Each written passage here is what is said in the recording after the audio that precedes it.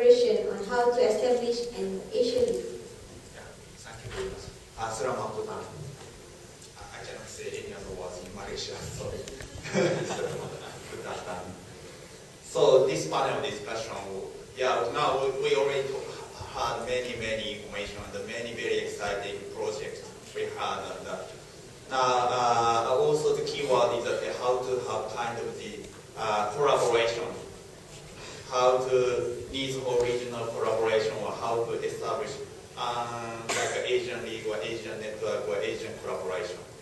So the key question for this panel might be that why we need Asian network, or how local society research support to develop concrete policy roadmap, or how to make local society program happen considering the Asian value, and I dare say a non-local society value, because there is a word like human security, or we Japanese had very severe accident by the earthquake on March 11, and also nuclear accident, and we really understand the importance of the human life.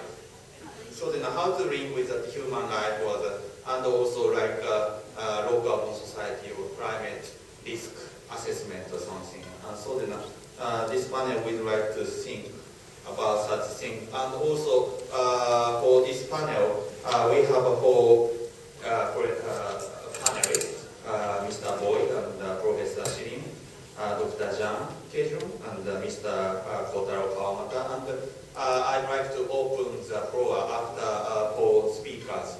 And this is not only for our panel talk, but also the discussion with all of you, because the keyword, I'm local, and this is, you have package. So at first, I'd like to invite Mr. Boyd from Iskandar Regional Development Authority. So, right here.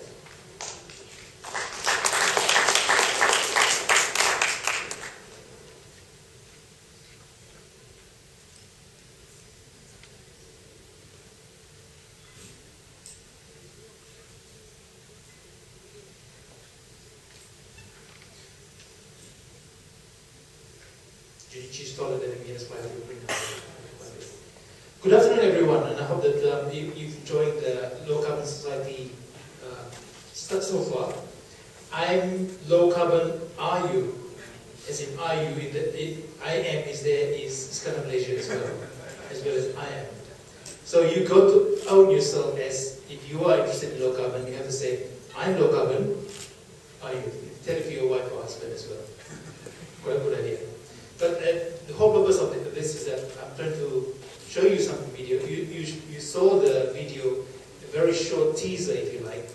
So it's like, I want to see more of that. So I'm going to show you this one in the full version. And then you will understand all this morning's session so far, and what we're going to do in the next session, panel session, and also the workshop tomorrow.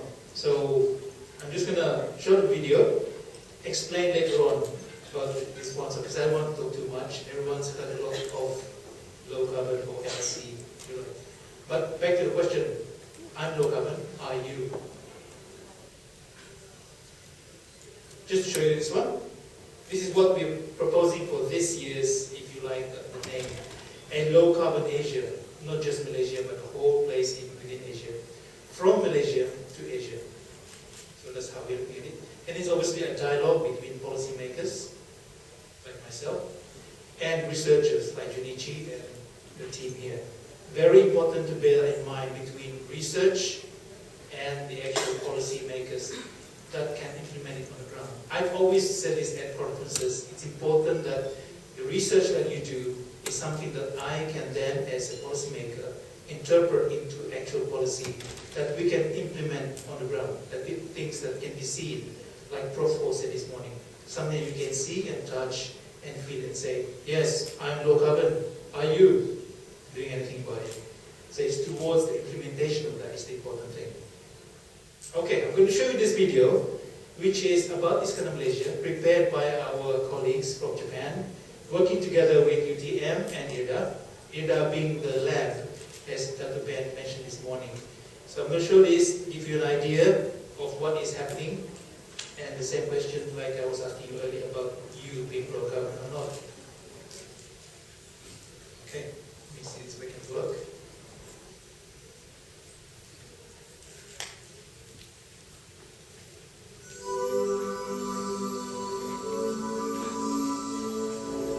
Humankind in the 21st century is confronted with various global issues that cannot be solved by one country or region, including global warming, preservation of biological resources, infectious disease outbreaks, earthquakes, and tsunami.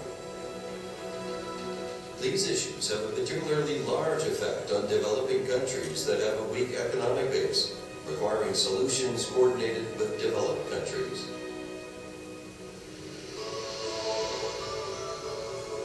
The Science and Technology Research Partnership for Sustainable Development, known as SAPREPS, promotes international joint research conducted by Japan and developing countries.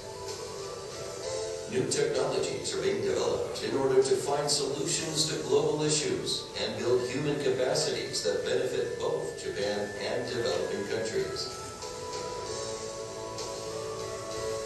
JST, that promotes science and technology, is coordinating work with JICA, that is in charge of Official Development Assistance, known as ODA.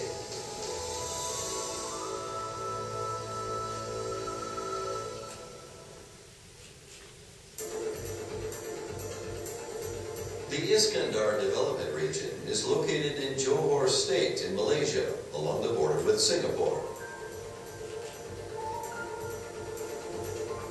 Malaysia designated this area as a special economic zone in 2006 and has an aggressive program to attract industry and corporations.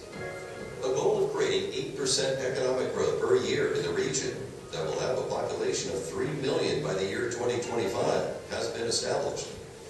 However, how to effectively maintain a sustainable regional environment while facilitating economic growth is a challenge common throughout Asia that is striving to promote development. A project designed to find a solution to this challenge, supported by the Science and Technology Research Partnership for Sustainable Development, known as SAPREPS, is about to be started. It is entitled Development of Low-Carbon Society Scenarios for Asian Regions.